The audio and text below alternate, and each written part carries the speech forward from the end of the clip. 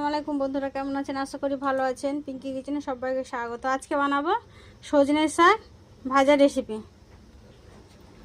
আগে থেকে কড়াতে আমি পানি বসিয়ে দিয়েছি।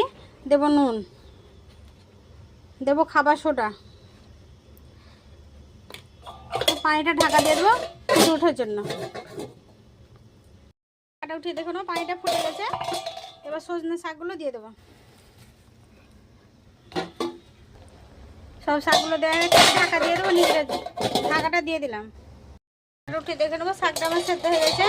পুরো যদি রেসিপিটা দেখতে চান তাহলে বড় ভিডিও পুরো রেসিপিটা দেখতে চান আমাকে কমেন্ট করে জানাবেন, তাহলে পুরো রেসিপিটা আমি দিয়ে দেবো। এবার শাকটা নামিয়ে নেবো। শাকটা নামিয়ে কড়াটা বসিয়ে দিয়েছি। কড়াটা পরিষ্কার করে এবার দেবো সরষের তেল, দেবো রসুন কুচি।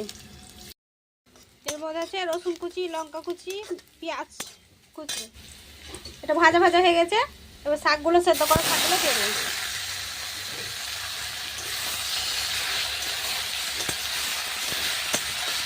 ভালো করে লাল করে ভেজে নেব। সজনের শাক ভাজিটা আমার হয়ে গেছে। এবার আমি নামিয়ে নেব। দেখেন কি সুন্দর হয়েছে।